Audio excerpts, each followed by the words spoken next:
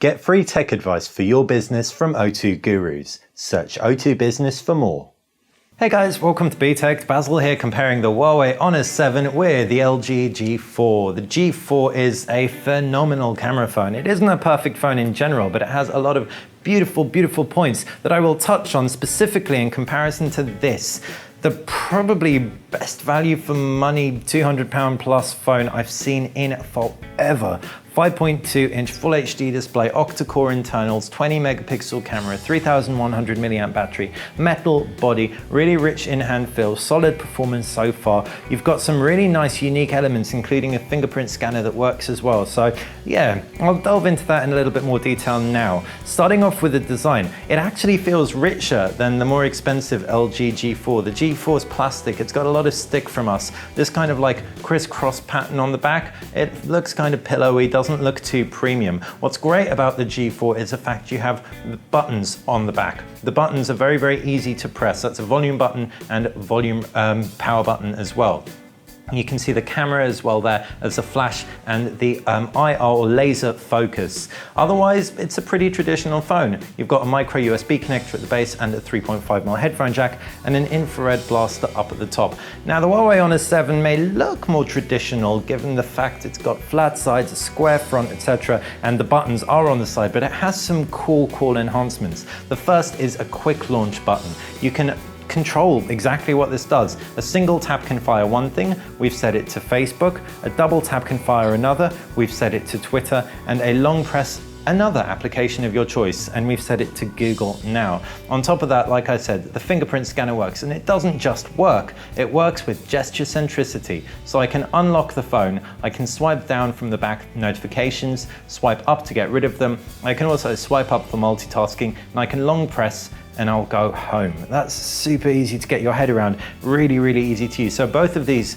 phones, in their different ways, take advantage of where your index finger naturally falls. So that's the key kind of design highlights and lowlights. Plasticky phone, a bit blocky in terms of design, the ergonomics on the Honor 7, but you actually have a beautifully large battery in there, which explains it, and I will come on to that a little bit later. As far as the screens go, you've got a 5.5-inch screen with a QuadHD resolution, 520 plus pixels per inch versus 424 pixels per inch on the Honor 7 and its Full HD panel. I will say the LG G4 screen wipes the floor in terms of sharpness, and it does look beautiful, but the Honor 7, considering it's around half the price at £250, is still fighting its corner well.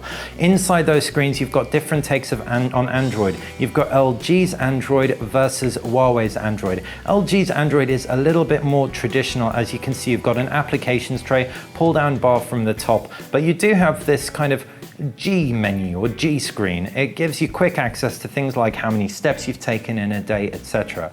Huawei's user interface is, well, a lot more Huawei.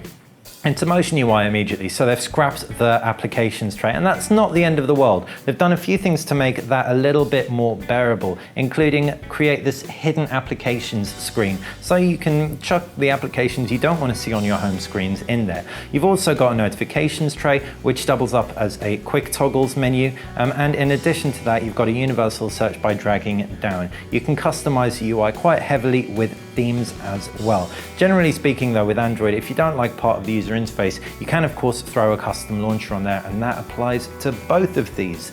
As far as the multimedia highs and lows go, you have an 8 megapixel front camera on both of them. You've also got a 16 megapixel rear camera with optical image stabilisation on the LG G4 and a 20 megapixel camera with no optical image stabilisation on the Honor 7. Now the Honor 7 has some cool modes. It's going to get right in there and remember your selfie style. It's going to take up to 30-second slow shutter speeds, but still, the manual modes on the LG G4 are going to win for me personally because it's authentic full manual control paired with a good sensor, optical image stabilization, and so for any camera enthusiasts it will probably be the phone for you.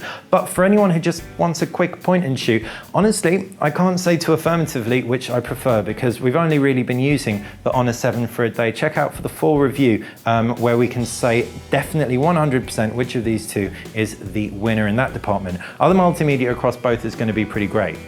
You've got a Snapdragon 808 processor with 3 GB of RAM versus a Kirin quad-core.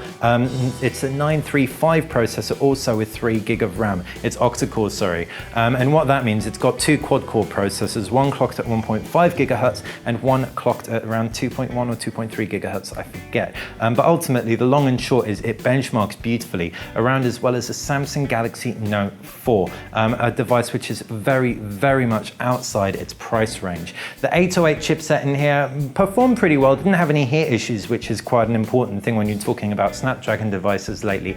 But we did find after using it for a few weeks, paired with that QuadHD display, 3 months even, you do get occasional lag, especially when repopulating your applications tray, etc. So wasn't too impressed in that department. Generally speaking though, I think that has more to do with LG's launcher. Throw Google Now launcher on here and I didn't see any slowdown whatsoever.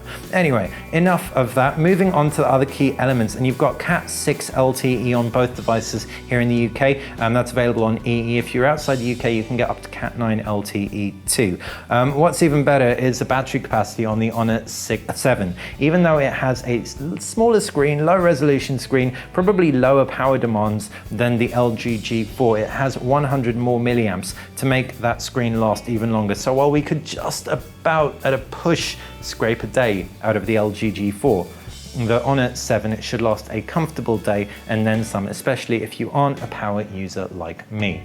Generally speaking, 2 great phones. I have to say, was underwhelmed by the G4 just based on how much I liked the G3 and the G2 before it. The camera did save it a fair bit though. As for the Honor 7, it's punching way, way below the weight of the G4 in terms of price point, but spec-wise and in terms of first impression, it's pretty much punching up there. Hopefully you enjoyed the comparison. If you did, then click that like button. If you like BTech in general, subscribe. That's how you're going to stay on top of everything that we do.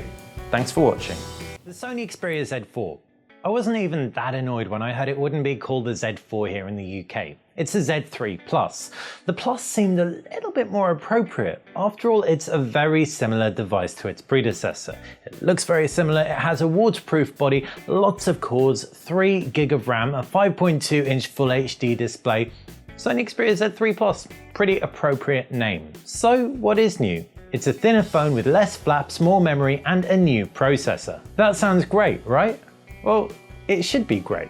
And it's great for the most part, but there are some major shortcomings. We're going to start off with the design, and fortunately this is one area that Sony builds upon its successes. I love the Z3. Classical, sleek, pretty timeless. The Z3 Plus is better. Well, it's thinner